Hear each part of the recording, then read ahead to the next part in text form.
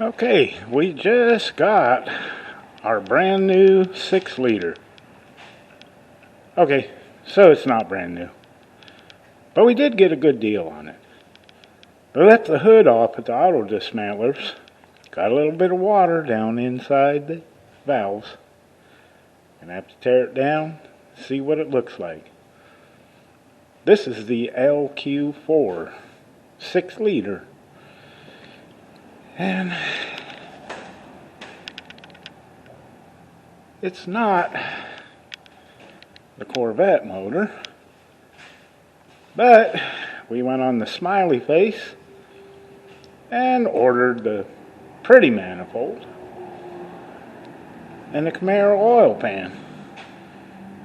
So we're going to get it on the engine stand, tear it down, make it look pretty.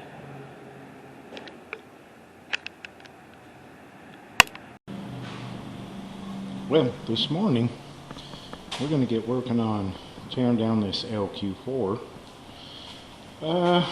It's a sister motor with the LQ9, which is actually the high performance version. And I'm hoping to pretty much convert this into an LQ9. And the difference is that the LQ9 has the flat top pistons. LQ4 has the lower compression pistons, and the LQ9 has free floating pins. So once we get it apart, we're going to be able to tell just exactly what we can do with this. I'm hoping to put in a GM Performance Z06 Corvette cam and lifters. I've had many machine shops put in cheap lifters and they don't pump up, and well, I get paid for taking the motor back out, and they have to pull the heads off and replace the lifters with factory original parts, which actually work. So I'm going to give you a quick walk around so you can see a before and after. And it's pretty grungy. Like I said, this sat in a wrecking yard with no hood and got moisture down into the intakes. But it is the cast iron 6-liter, which gives it some performance potential. Of course, we want it to be streetable, so we're not building a race motor. We just want something that'll set you back in the seat in a little bit.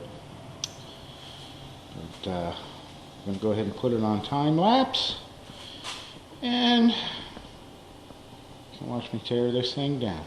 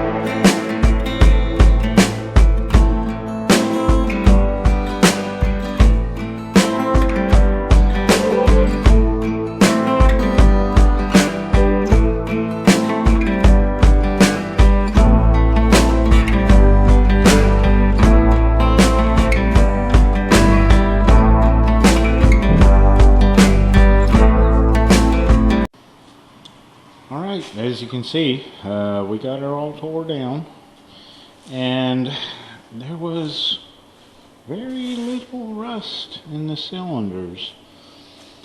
I think this motor probably would have run.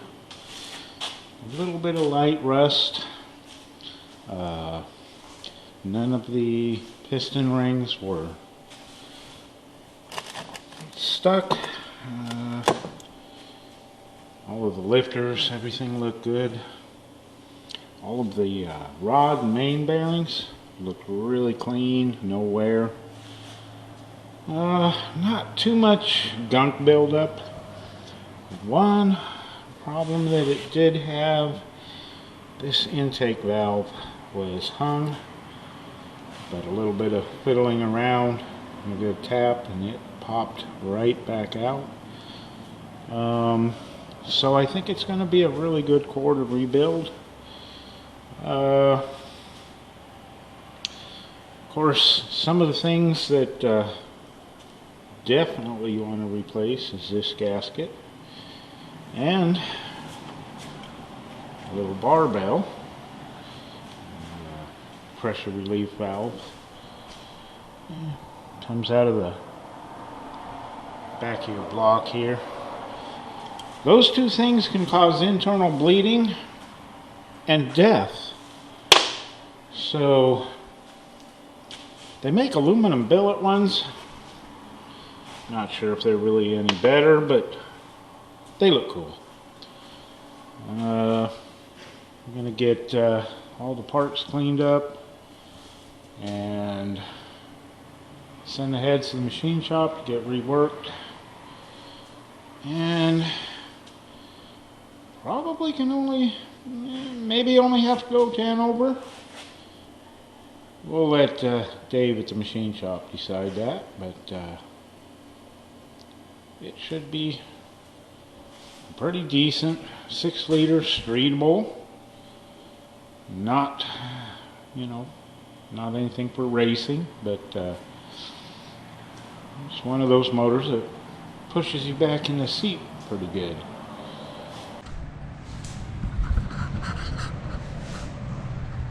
We got our LS 6 liter back from the machine shop, and today I'm going to be bolting on the Holley accessory drive kit.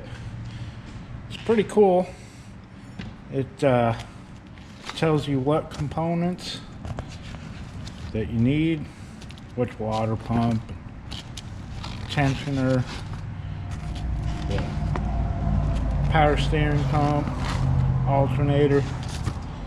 It's probably one of the most affordable bracket kits you can get.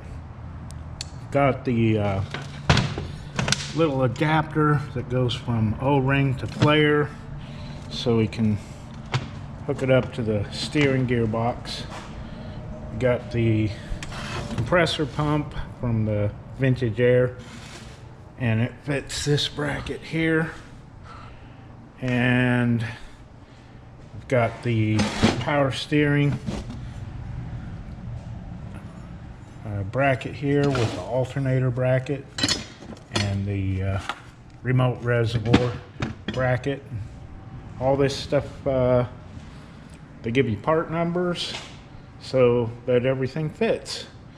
So we'll put it on some time lapse, and that's supposed to be the belt that fits according to instructions. So when we get it all done, we'll see how well it fits.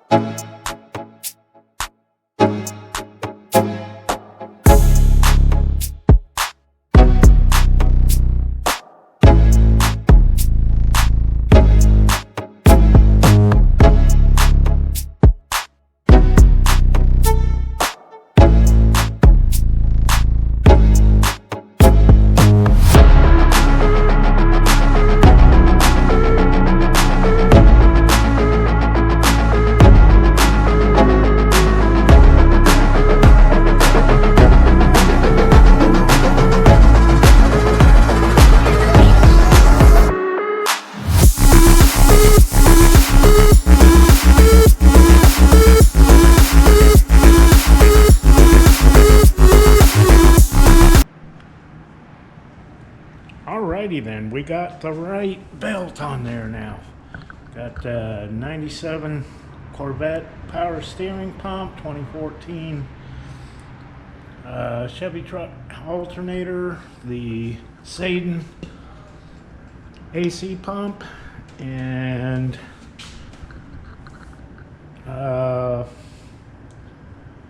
all of the accessories are by part number, and also 97 Corvette power steering pump reservoir. So now we're ready to go once we drop it down inside.